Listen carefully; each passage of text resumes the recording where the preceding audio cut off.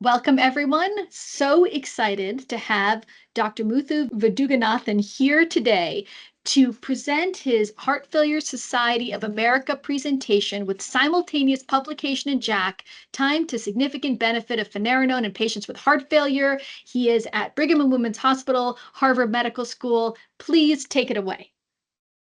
Thank you so much, Michelle, and it's really an honor to be able to share these new data from the FINEARTS heart failure trial, attempting to estimate the timing of significant benefits of the non-steroidal MRA finerenone in people with heart failure.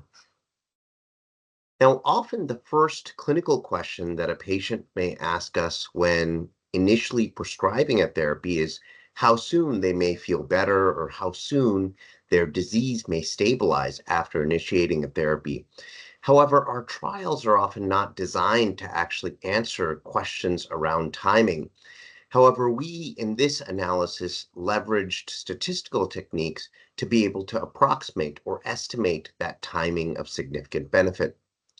Mineralocorticoid receptor antagonists like finerenone have traditionally been viewed to modify long-term risk, long-term disease pathways of progression such as fibrosis and hypertrophy through alteration of intracellular genomic signaling. However, MRAs may also influence early pathways of risk, such as potentiating natriuresis or mitigating inflammatory pathways, endothelial dysfunction, altering early hemodynamics. And so we hypothesized that finerenone indeed would alter early clinical risk in the FINEARTS heart failure trial. As a reminder, FINEARTS heart failure was a large global randomized clinical trial of the nonsteroidal MRA finerenone against placebo in patients with heart failure with mildly reduced or preserved ejection fraction. All patients that were enrolled in the trial had symptomatic heart failure with an LVEF of at least 40% or above. Patients could be enrolled in any clinical care setting, whether hospitalized, recently hospitalized, or in ambulatory care. Patients with already elevated levels of serum potassium above 5.0 were excluded, as was patients who had reduced eGFR below 25. Patients who were enrolled were randomized in one-to-one fashion to finerenone or matching placebo. Finerenone was titrated to either 20 milligrams or 40 milligrams, depending on the patient's baseline GFR, and were followed in an event-driven fashion over time. The median follow-up was 2.6 years, and the primary endpoint was a composite of cardiovascular death and total worsening heart failure events that includes first episodes of worsening heart failure and recurrent episodes of worsening heart failure.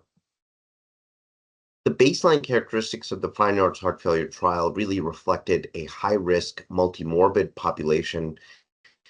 Individuals on average were 72 years of age, with about 45% women.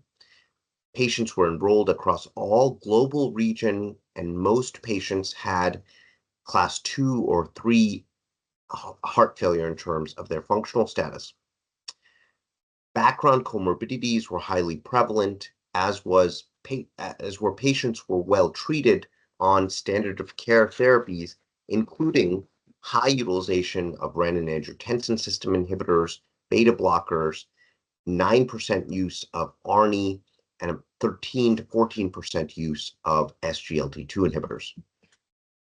So in examining the timing of clinical benefits for the primary endpoint of cardiovascular death or total worsening heart failure events, we serially and iteratively constructed models such that the follow-up period was extended for each day post-randomization. For instance, a model that was constructed for day 30 included all events that accrued up until and inclusive of day 30, but nothing thereafter. In doing so, we were able to understand the timing of first statistical significance and if those benefits were sustained in follow-up. This is graphically showing throughout the duration of that median follow-up of 2.6 years, the rate ratios in each of the truncated models over time. You see, with final accrual of all data, not only do the estimates stabilize, but also the confidence limits narrow with further accrual of data, and the final rate ratio was 0.84 with a 95% confidence interval of 0.74 to 0.95. This signaled a 16% significant benefit on this primary composite endpoint. Now, zooming in to the first 100 days to understand what occurs after initially starting this therapy, we see that the overall rate ratio was under the line of unity of 1 throughout the entire duration of follow-up, including at very early time points. And first statistical significance is achieved when that upper bounds of the 95% confidence interval falls below 1, and we see that at day 28 with a significant benefit that was observed. This same time point was seen with alternative endpoints, for instance, the endpoint of cardiovascular death and first worsening heart failure event. Similar time points occurred for total worsening heart failure events at day 27. So we see a very highly consistent finding that there were early clinical benefits that were statistically significant within 1 month of initiation of Finerenone. And now when graphing the entire duration of follow-up, we see that at each of the individual time points that may be clinically relevant to patients and clinicians, say day 30, day 90, at 6 months, 1 year, and 2 years, we see not only clinically meaningful improvements in the primary composite outcome, but also that statistical significance was sustained throughout the duration of follow-up. So the key conclusions are that in the FINEARTS heart failure trial, Finerenone achieved early benefits that were clinically meaningful and statistically significant early after initiation. These data underscore that early modifiable risks faced by the population of heart failure with mildly reduced or preserved ejection fraction and support the rapid implementation of the non-steroidal MRA Finerenone alongside other standard of care therapies such as SGLT2 inhibitors. And we're really proud that these data are simultaneously published with the Heart Failure Society of America in the Journal of the American College of Cardiology. Thank you again for the opportunity. Amazing. Thank you so much. Now, I know all of you must have tons of burning questions, but don't worry. Dr. Vaduganathan, am I ever going to say your name? Your name's harder to pronounce than Finerenone. What's going on here? So Muthu and I have already had a Q&A that's available on the JACC website for all your burning questions. So I'm going to take this opportunity as the moderator to allow myself to do a quick commentary, and then you'll get all your questions answered by the great expert Muthu on that other video recording. So a key limitation, let's remember, of this analysis is the assumption that first statistical significance is commensurate with first clinical benefits, because statistical significance is influenced not only by the magnitude of the treatment effect, but also the size of the population studied, number of events. That being said, Dr. Vaduganathan has convinced us that this truly is an important observation. When should you start Finerenone? You should start it yesterday. Now, should we be surprised that MRAs are having a moment in HFpEF? No, we should not, because students of the TOPCAT trial will not be. TOPCAT came out in 2014, randomized controlled trial of spironolactone in patients with heart failure, EF 45% or higher, comparable population, did not meet its primary endpoint of a composite of death and heart failure hospitalization, nor its second, but it did meet its secondary endpoint of a reduction in heart failure hospitalization.